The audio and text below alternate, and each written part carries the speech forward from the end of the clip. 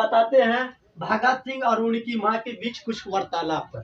एक बार की बात है कि उनकी चाचा जो है अजीत सिंह, वो अचानक अचानक डरते हुए नहीं बल्कि वो अचानक अपने घर आते हैं और वो अपनी फैमिलियों से बताते हैं, जो जिनका इनका बड़ा भाई था कौन, आज सरदार किशन सिंह। सरदार किशन सिंह उस समय भगत सिंह और उनकी भाभी जो थी वो विद्यावती, सब उनकी परिवार वहां पर खड़े हुए थे।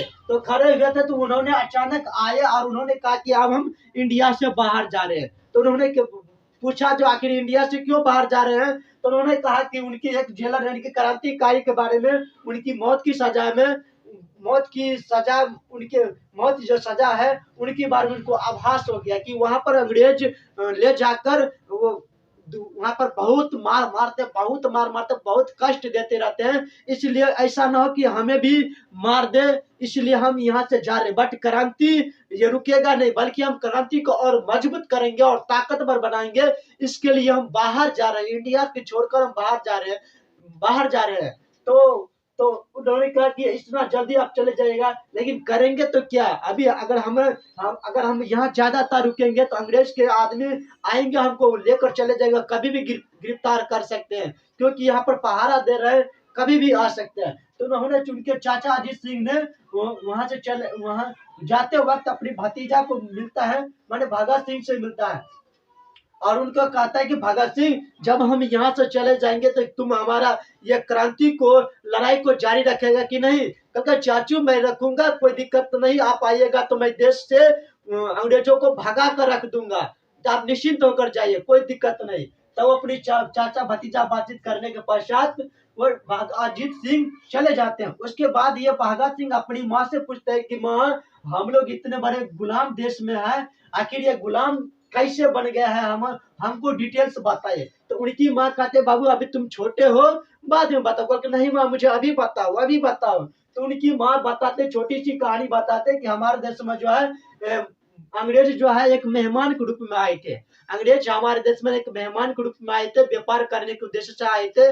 लेकिन वह जो है हमारे देश को बड़े बड़े नवाब, वजीर, राजाओं को अपना दोस्त बना लिया और दोस्त बनाते बनाते बनाते हमारे देश के राजगद्दियों पर बैठ गया। तो उस समय जो शासन व्यवस्था था, उस समय जहांगीर का शासन व्यवस्था था। जिस समय मुगल साम्राज्य में जहांगीर का था, उसी समय से व्यापार करने के लिए ऑर्डर मिल गया था। तो ईस्ट इंडिया कंपनी के माध्यम से अपना व्यापार कर रहे थे और करते करते करते वो हमारी जो भारत में जो कुछ कमजोरियां थी, जिस कमजोरी को पकड़ते पकड़ते वो हमारे देश को जो है राजाओं को अपना दोस्त बनाकर देश के राजगद्दी पर बैठ गया और वो हमें शासन करने लगा। अब ये जो अंग्रेज है हम लोगों को जानवर से भी ज्यादा कुछ नहीं समझते, सबको जानवर समझते हैं। जब चाहते तब घर जला देते हैं, लगान लेने के लिए फसल को जला देते हैं, हमारी जाने ले लेते हैं, बुरी तरह की हाल करते रहते हैं। गुलाम देश में उनकी गुलाम के गर्दनों में लगाकर जब चाहे तब घसक सकते हैं, वो हमको ये हाल करते हैं। लेकिन उन्होंने बताया कि हमारे देश में करोड़ों करोड़ों लोग जो है हमारे देश में एक लाखों फिरंगियों के हाथ में गुलाम बना हुआ है। तब भगत सिंह अपनी माँ से पूछते हैं कि माँ, लाख तो करोड़ों से तो कम होता है। उनकी माँ कहते हैं हाँ बेटा, तो क्यों नहीं हम करोड़ों लोग मिलके हम लाखों लोगों को भगा देते हैं। तब उनकी माँ चुप हो जाते हैं। तब जाकर बात बताते हैं कि भगत सिंह, एक दिन की बात है जब जलियांवाला बाग हत्याकांड हुआ था। तो उस दिन तो अपने स्कूल से लौट रहे थे, लेकिन वो घर से गया नहीं और चला गया कहाँ, जलियांवाला बाग हत्या कांड जहाँ पर हुआ था वहां चला गया। और उनकी जब देखा उनकी, तो वहां पर ही लाशें नजर आ रहे थे, खून ही खून नजर आ रहे थे। तो वहां पर क्या किया उन्होंने, एक बोतल में कुछ मिट्टी को, खून में मिले मिट्टी को उठाया, अपने बोतल में भर लिया और वो अपने घर चले आए। जब घर आने के पश्चात उन्होंने कभी कभी बताया कि वो अपना घर नहीं बल्कि अपनी बहन की यहाँ पर चले गए थे। फिलहाल मूवीज में दिखाए गए थे, वो अपना घर चले आते हैं और अपनी माँ के पास जाते हैं और अपने उनकी जो फोटो है कहाँ, करतार सिंह सराभा के फोटो लग रख देते हैं और अपनी माँ के पास चले जाते हैं।